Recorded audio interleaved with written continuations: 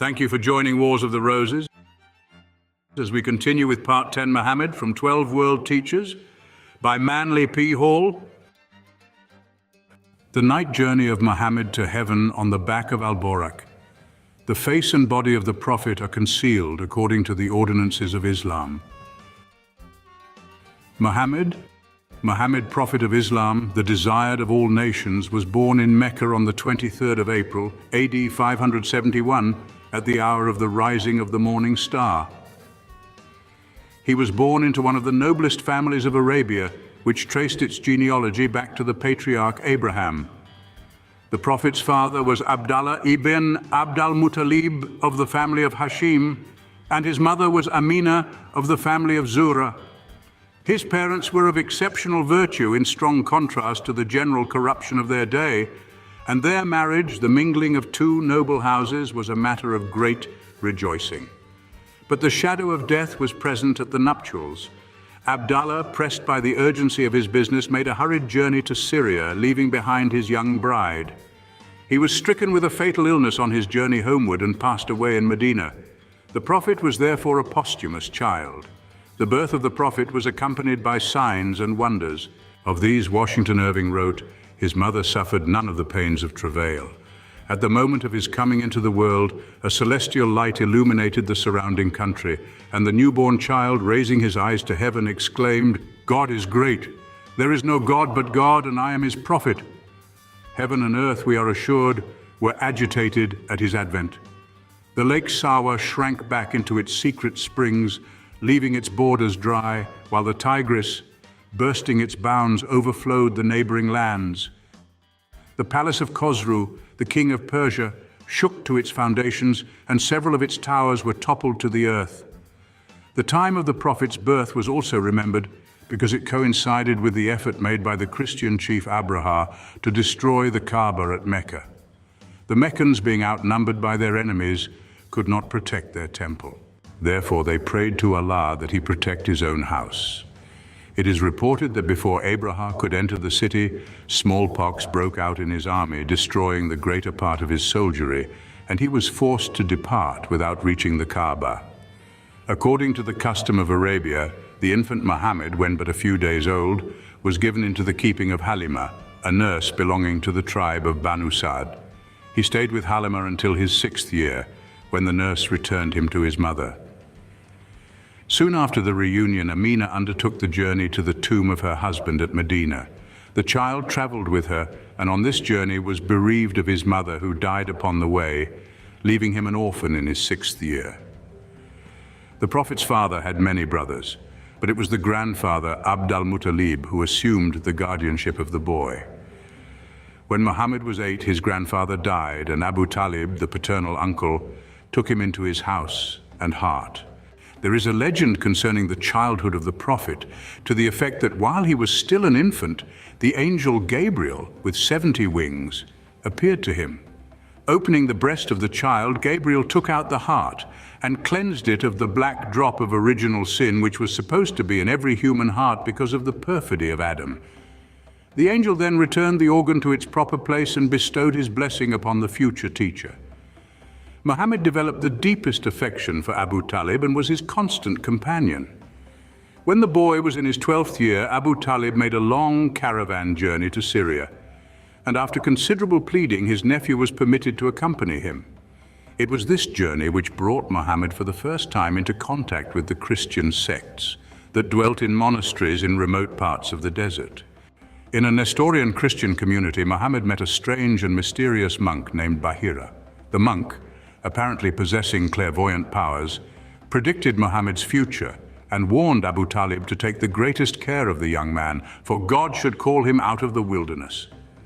By his 20th year, Muhammad had established himself as a respected and admired citizen of Mecca. He was given the name Al-Amin, which meant the trustworthy or the honorable. His judgment had come to be highly valued, and his coming greatness was already casting its shadow.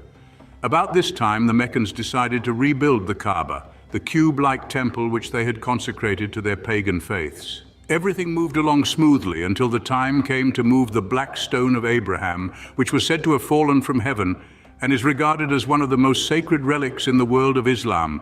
Each of the important families of Mecca felt that they were privileged to move the stone into its new place, and civil war threatened. At last, a wise and aged man asked to be heard and recommended that an arbitrator be chosen. He suggested that the first person to appear at the Kaaba on the following day should be given the choice of deciding who should move the stone. The families agreed and waited expectantly. On the following morning, the first to appear was Mohammed, which circumstance gratified everyone, for his honesty and wisdom were household words. Mohammed caused a white cloth to be laid on the ground. Picking up the stone, he laid it on the cloth. Then, calling for representatives from all of the families, he bade them each take hold of the cloth. In this way, all of the factions carried the stone and harmony was re-established. The widow Khadija, who had inherited a considerable business from her deceased husband, chose Mohammed to manage her affairs. The wisdom of her choice was soon manifest, for under his wise and careful management, her fortune was greatly increased, and all of her affairs ran smoothly. Khadija, well pleased, offered herself in marriage to the young manager, 15 years her junior, and through this alliance, Mohammed became one of the chief men of Mecca, enjoying everything that wealth and position could bestow. 6 children were born from the union, 4 daughters and 2 sons. Only one, Fatima, the youngest of the daughters, survived their father, and she outlived him by only 6 months. By another alliance made later in life, after the death of Khadija, Mohammed had one other son, Ibrahim. This child died in infancy. Mohammed, now secure in worldly things, would have lived and died an honored merchant among the Meccans, had not another destiny stirred in his soul. The city of Mecca was the center of a decadent and dissolute paganism. The tradesmen of the community exploited pilgrims and circulated superstitious doctrines about the idols Lat and Uzza. Outside of Arabia, things were scarcely better. Christianity was in the throes of church councils and synods, perverting and misinterpreting the words of Jesus. Asia was in an uproar, and the reformations of Buddhism were crumbling before the insidious machinations of Brahmin priests. Mohammed longed for the day when men might worship a true faith freed from superstitions and intolerance and established upon an ample understanding. More and more religious matters dominated his thought. Khadija encouraged him in his every effort, never reproaching him for neglecting his business or dissipating her fortune in charity. He established the habit of retiring each year to a cavern on the side of Mount Hijra, where in loneliness and sincerity he cried out his plea that the religions of man might be purified and the ancient faith of the patriarchs be restored. His religious austerities began to take their toll of his physical health. Weakened in body, his heart aflame with his religious enthusiasm, Mohammed waited and prayed through the years, Khadija watching over him with ceaseless devotion. It was in the year AD 609 in the cave on Mount Hira that the angel Gabriel appeared to Mohammed in the midst of the night, in the month of Ramadan. The angel held toward Mohammed a long scarf or shawl of silk upon which, traced in mysterious letters, was the first revelation of what was later to become the Quran. Gabriel ordered Mohammed to read the words upon the silken strip. "But alas," said Mohammed, "I do not know how to read." Twice again the angel ordered him to read, and twice again the prophet pleaded that he could not. The angel then read the verses for him, assuring him that the power to read would be given him that he might bear witness to the law. Mohammed hastened back to discuss the vision with Khadija. He feared at first that some of the evil spirits of the pagan faith were attempting to deceive him, but Khadija reminded him that his life was above reproach, and therefore there was no reason why he should be deceived. Encouraged by Khadija, Mohammed accepted the revelation and prepared himself for his ministry as Prophet of Islam. Mohammed's long vigils had not only impaired his health, but had brought about a condition which some writers have called ecstatic swoons. Most of the surahs, chapters or sections of the Quran were written while the Prophet was in a trance-like condition. The attacks which came over him often asserted themselves without warning, and he would fall unconscious.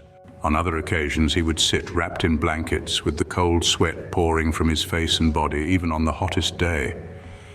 While in this peculiar condition, he would speak, and his words were either noted down or else memorized by his small circle of devoted friends.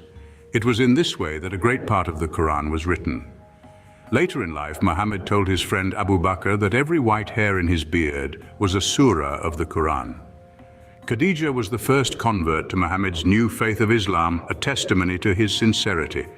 For some years, the Prophet circulated his inspired doctrines quietly and secretly among a few influential persons, for fear that the Meccans who thrived off the superstitions of the time would rise up and exterminate the cult. At last, it was not possible to keep the secret longer. His increasing body of followers demanded public recognition, and he announced his mission. The Meccans retaliated with a plot to assassinate him. It was an ancient law that the city of Mecca was sacred, and that blood should not be shed within its walls. But all the factions got together, and acknowledging a common guilt, arranged the details of the plot. Muhammad, discovering the danger to his life, fled into the desert with Abu Bakr.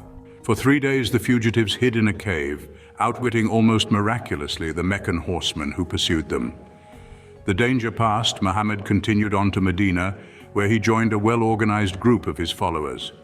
The flight from Mecca to Medina is called the Hijra and is the basis of the Islamic chronological system. Muhammad reached Medina on June 28, AD 622, after a journey of 8 days. After the Hijra, the powers of Muhammad steadily increased. The work of the Prophet was consummated with the conquest of Mecca. At the head of 10,000 followers, Muhammad began the march to Mecca on the 10th day of the month of Ramadan in the 8th year after the Hijra. Islam sees in this the fulfillment of the words of Moses, and he came with 10,000s of saints, Deuteronomy 33:2. Muhammad entered Mecca with almost no bloodshed, for he had given orders that none should be injured. Through disobedience to his command, it is said that 13 of his enemies and 2 of his own followers died in the conquest of Mecca. This could hardly be considered a bloody victory and substantiates the general insistence of Islam that Muhammad was a prophet of peace and not of war. Muhammad entered Mecca bearing his standard, a banner made of the black veil of his wife. He circled the sacred Kaaba 7 times, then ordered the images in it to be cast down. He then rededicated the temple to the worship of the one God, eternal in the universe. The city thus gained new honors. The annual pilgrimage was established, and even to this day, each year, the pilgrims of Islam cross the desert sands to the black shrouded Kaaba, the axis of their faith. 2 years later, in the 10th year of the Hijra, Muhammad led the valedictory pilgrimage. It is said that 124,000 persons followed the Prophet.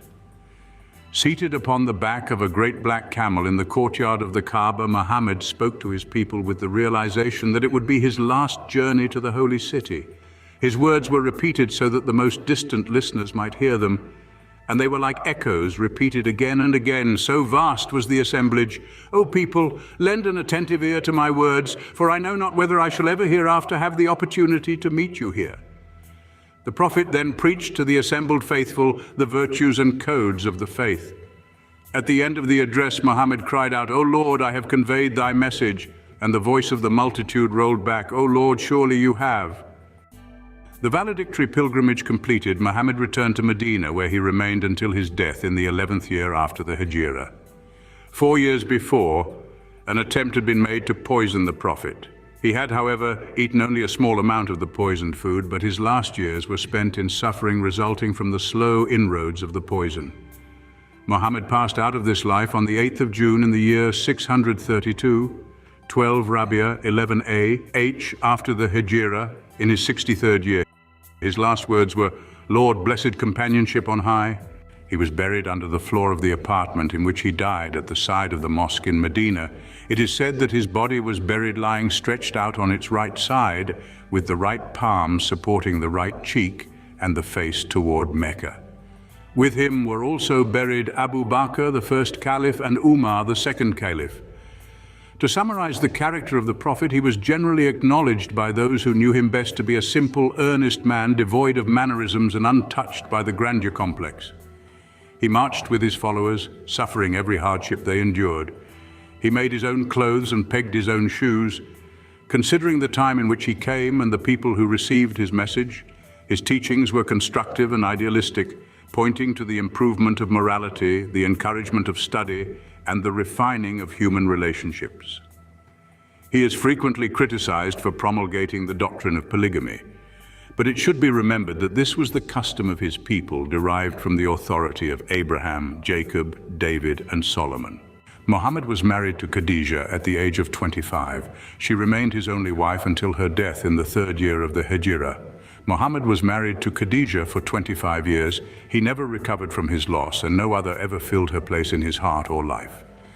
After Khadijah's death, the Prophet formed other matrimonial alliances, principally for political reasons, such being the custom of his time. Of those with whom he was associated, Aisha, daughter of Abu Bakr, was the only one who had not been previously married. The attitude of Muhammad was to encouragement monogamy, and according to the laws he set down, the most that a man could have was 4 wives or consorts. Among those with whom he formed alliances were several widowed persons whom he married simply to protect. There is no evidence that Muhammad at any time during his life was addicted to indulgence of any kind, his life being one of austerity and asceticism. He has also been maliciously misinterpreted in his attitude toward the state of woman after death, for it is clearly set forth in the Quran that there is no inequality between the sexes in the eyes of God. The doctrines of Muhammad. It is generally conceded by authorities on the Islamic cult that the doctrines of Muhammad were largely influenced by Jewish tradition. He drew heavily upon the laws and statutes established by Moses and the other prophets of Israel, and nearly all of his legislations were influenced by the institutions of Jewish law. His religion grew up in a land where 3 religious systems were influencing private and public life: Judaism, Christianity, and Arabian paganism, the latter a worship of the stars, spirits, and demons, all vied for the favor of the populace. That corruption had undermined each of these faiths must be conceded. Arabia was afflicted with innumerable decadent cults, superstitions, and impostors. It was the evil of the time which produced the Prophet. The nobility of his own mind revolted against the iniquities of the perverted faiths. The cosmogony which lies behind Muhammad's concept of the universe was similar to that which the Jews derived from the Chaldeans. The concept was geocentric and Ptolemaic. Above the earth and surrounding it were the 7 heavens, the orbits of the planets, and beyond these the empyrean or supreme heaven, the abode of God. There was a gate in each of the orbits of the planets, and the approach to deity was up a ladder of 7 symbolic rungs, as in the Greek and Persian mysteries. The whole conception is almost identical with that set forth by St. John in the Revelation. The Mohammedan paradise, a sphere of aesthetic ecstasy, was located in the 7th heaven below the footstool of God, and here were congregated the believers and those who during life had lived, preached, or defended the doctrines of the Prophet.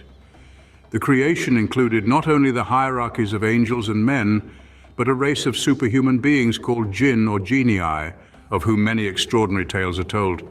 According to the teachings of the Quran, certain animals reached heaven. These were the dog of the 7 sleepers of Ephesus, the ass that rebuked Balaam, Solomon's ant, Jonah's whale, the ram of Ishmael, the ass upon which the Queen of Sheba rode, and her dove, the camel of Caleb, the ox of Moses, and an animal called Al-Borak, upon which Muhammad ascended to heaven in the Islamic equivalent of the Apocalypse. Occasionally, the ass upon which Jesus rode into Jerusalem is added or substituted for one of the other animals. The sacred book of Islam is, of course, the Quran, derived from the word Qur'an, which means that which should be read. The Quran is divided into 114 sections or chapters. They are not numbered, and the arrangement of them has been subject to numerous changes. In the heading of each chapter, it is noted at what place the revelation was given, whether at Mecca or Medina. The number of verses in the Quran is about 6,000. The book contains 77,639 words, and the number of letters is 323,015. And among the devotees of the faith, it has been calculated with great exactitude how many times each letter is repeated in the whole work.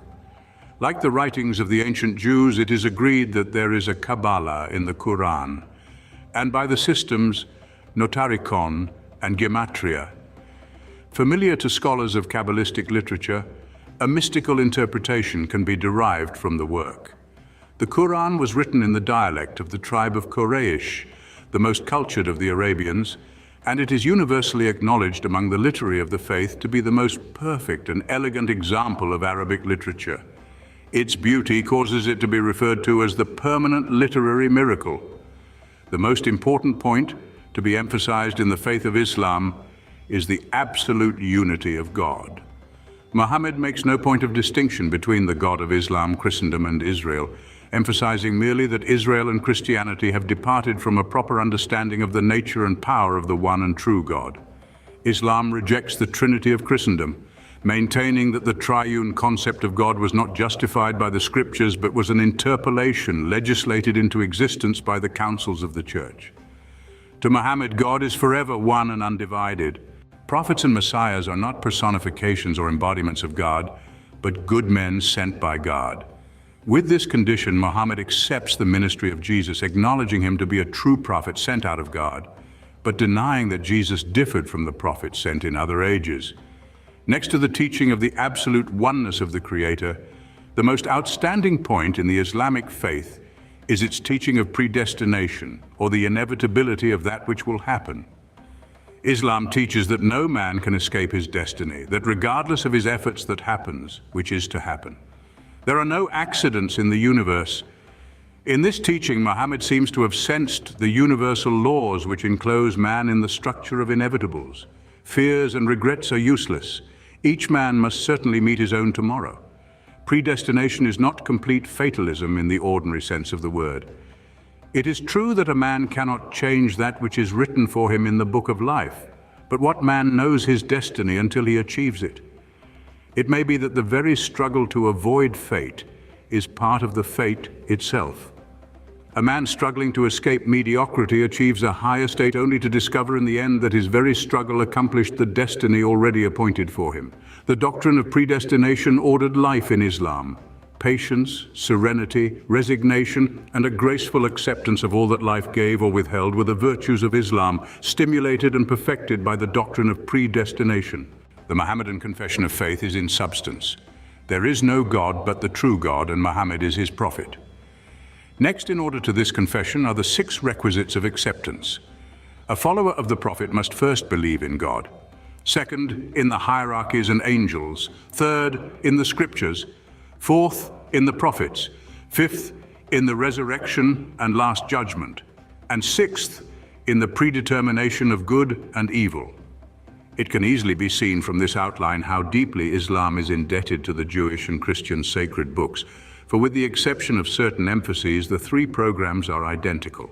4 duties are demanded of the follower of the prophet.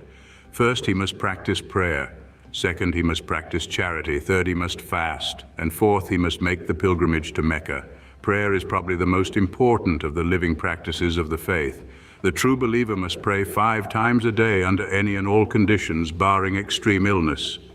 His voice in the morning and his voice in the night must be uplifted in prayer to the God who dwells in the east and in the west and in all the secret places of the world. There are 2 forms of the practice of charity. First, a stipulated amount demanded for the common good, and second, voluntary contributions determined by emergencies of the hour. Gifts may be of 5 things: cattle or livestock, money, corn, fruit, or wares that are sold. Muhammad referred to fasting as the gateway of religion, and an early prophet called it 1/4 part of the faith. Fasting included not only abstinence from food, but the restraining of all the senses and the fasting of the heart from worldly cares. All Mohammedans are required by the laws of the Quran to fast the whole of the lunar month of Ramadan. That is, they may not take food during the daytime of that month, and the fast is declared broken if they so much as smell perfumery. The rites of fasting appear in many primitive religions and are salutary dispensations against the intemperances of semi-civilized peoples.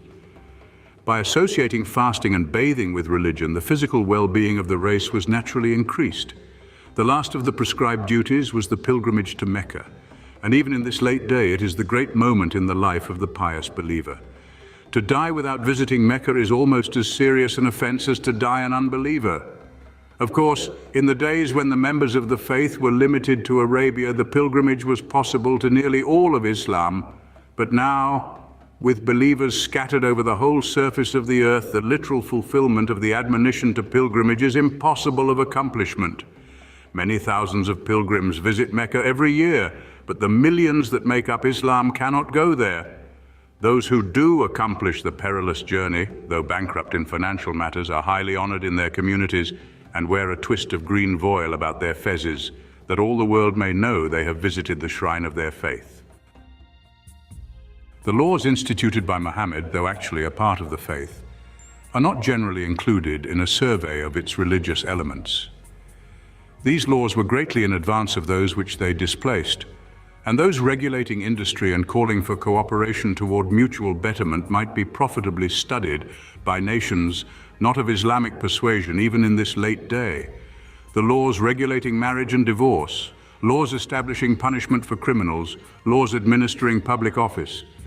All these the Prophet had to formulate, apply, and in some cases revoke where the experiments were not successful. It cannot be denied that in the main these laws elevated Arabia, bringing civilization and culture with them. One of the most extraordinary legends in connection with Muhammad is the story of his night journey to heaven. In the midst of the night, as the Prophet lay asleep in Mecca, the angel Gabriel appeared before him and awakened him. After purifying the heart of the Prophet, Gabriel caused a strange animal to appear.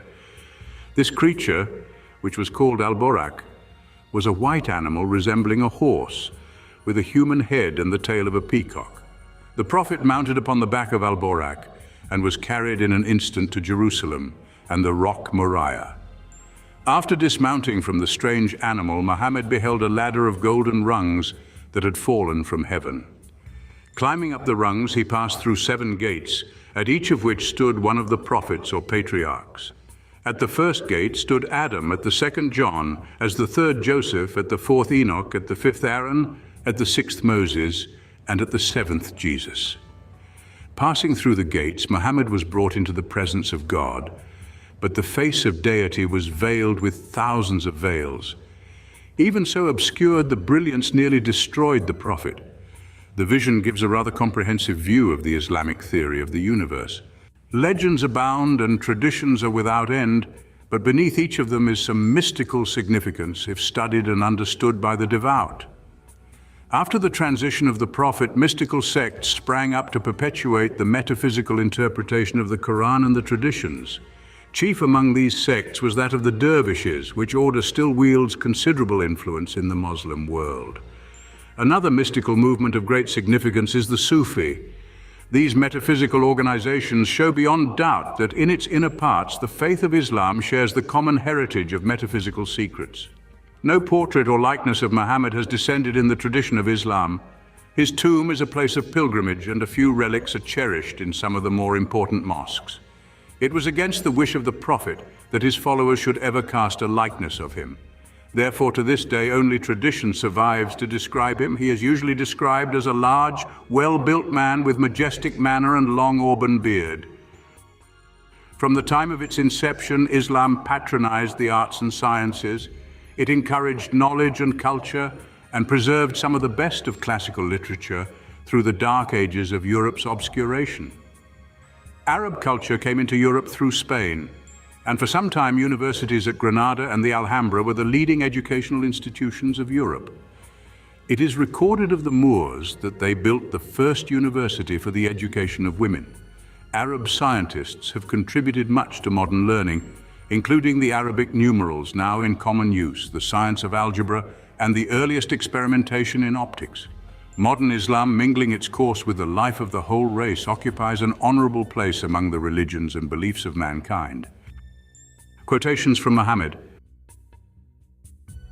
If I had 2 coats, I would sell one and buy white hyacinths for my soul. The revelation of this book, there is no doubt thereof, is from the Lord of all creatures. Will they say, Muhammad hath forged it? Nay, it is the truth from thy Lord, that thou mayest preach to a people unto whom no preacher hath come before thee. He, God, knoweth that which entereth into the earth, and that which issueth out of the same, and that which descendeth from heaven, and that which ascendeth thereto. And he is with you wheresoever ye be. For God seeth that which ye do. His is the kingdom of heaven and earth, and unto God shall all things return. He causeth the night to succeed the day, and he causeth the day to succeed the night, and he knoweth the innermost part of men's breasts. Is it not true that I came in your midst while you were misguided, so Allah guided you to the right path? You were indigent. Allah made you prosperous. You were ever at daggers drawn with one another. Allah created mutual affection in your heart. You must know that every Muslim is the brother of every other Muslim. You are all equal, enjoy equal rights, and have similar obligations. You are all members of one common brotherhood. So it is forbidden for any of you to take from his brother save what the latter should willingly give. You have certain rights over your wives, and so have your wives over you. They are the trust of God in your hands, so you must treat them with all kindness. Thank you for watching, and please don't forget to share, like, subscribe, and comment. And if you can, please consider donating to Wars of the Roses. Links to PayPal and Patreon are in the description. Thank you so very much.